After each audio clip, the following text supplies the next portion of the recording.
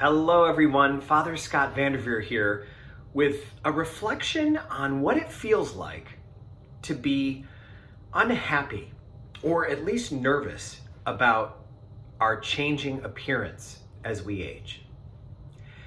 I recently saw a picture of myself and it caught my eye. I thought, ooh, I look good in that picture. When was that taken?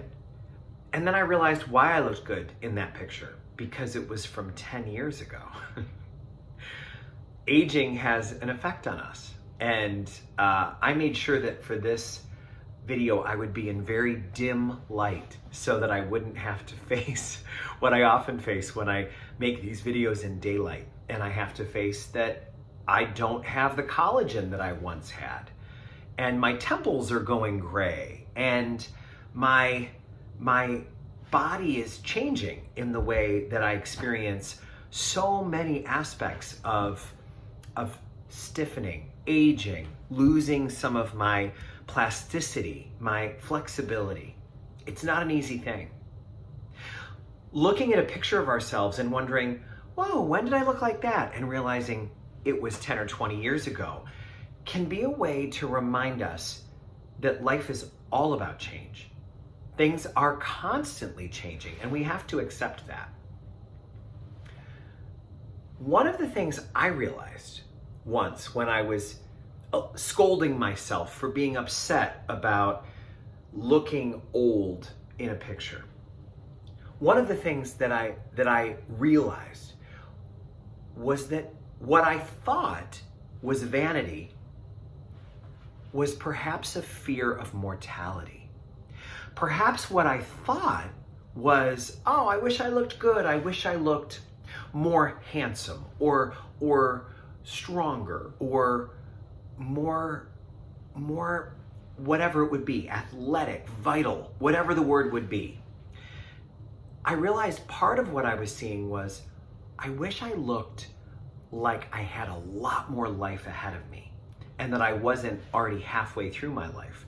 Or if you do the math, unless I live to be 98, I'm more than halfway through. That can be a strange and humbling experience. So what are we experiencing?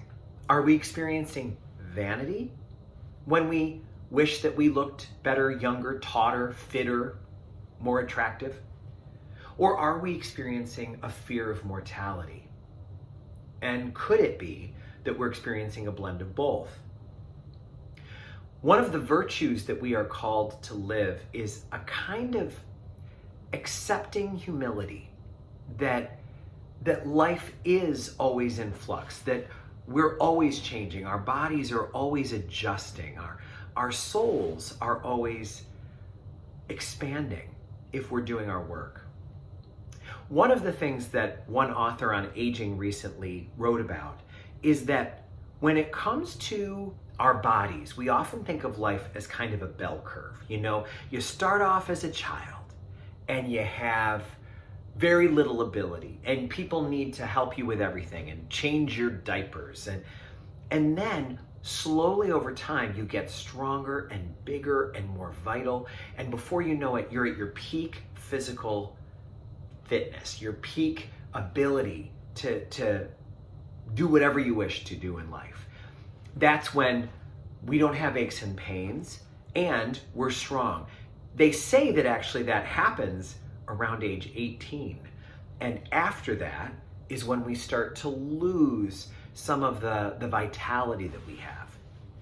People often talk about that in their 20s. They'll say, oh my gosh, I'm almost 30 and boy, I don't feel like I'm a kid anymore. I think we can all relate to that, those of us who remember those years. And 40's no 30. I saw a bumper sticker on a minivan recently that said, I used to be cool. You know, when we're young, we want to live in the city and drive a convertible. But when we're in midlife, that doesn't make sense. We don't want that at all. In fact, we are thinking, how can I get a more comfortable car with more seating for my family? And then, of course, there's all of the next decades of life. The 50s, when we're maybe at our career peak, but our body is feeling aches and pains. Our 60s, when many of us retire. Our 70s, when we start to have more people in heaven than with us here on earth. And then our 80s, when we face the older part of aging. And our 90s, if we're blessed enough to go to them. So it's important for us to recognize that if we're thinking of our body and our aging as a bell curve physically, that's not true when it comes to our spirit. Our spirit is able to expand and expand and expand and expand throughout our life.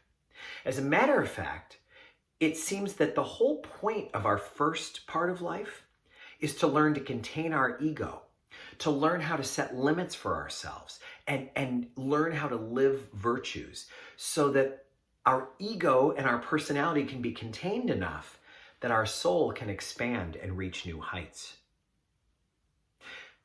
The second half of life, once our ego is under control, is meant to be lived in wisdom and in a growing sense of the blessing that it is simply to be alive. Just to be is a blessing. Just to live is holy, says Rabbi Abraham Heschel. Another poet says something beautiful that I'd like to share with you now. It's the poet Hafiz, who lived at the same time as St. Francis of Assisi. He speaks poetically about aging and graying, like my goatee here, something that I've had to accept and have to recognize changes the way I look in pictures, sometimes not in a way that I'm very excited about seeing. Here's what the poet Hafiz has to say. When the meadows of the body turn gray, let your eye soften toward yourself and to those who are very close. Many do all that they can to not have to face their candle going out. The wonder of my body aging, dying, is finding another flame within, a holy sphere that will never go out, and is more beautiful than any form we have ever known, all put together. When the fields on the body begin to turn gray, let your hands touch upon all of them, soften. When we see ourselves graying, when we feel our knees creaking, when we feel the aches and pains entering, when we feel the number of days in front of us is less than the number behind us, let our hand and our gaze soften on ourselves. Let us be willing to be grateful that our soul continues to expand and is actually less hindered because we no longer believe that we are our body or that our physical nature is the most important part of ourselves. We know better because our bodies are starting to fail us as our souls continue to soar. It's hard to believe this on all the days of our life. Some days are easier than others, but it is important for us to recognize that aging is part of God's incredible curriculum for living a life that is balanced and contains all the ingredients we need to make a masterpiece of however many years that we have.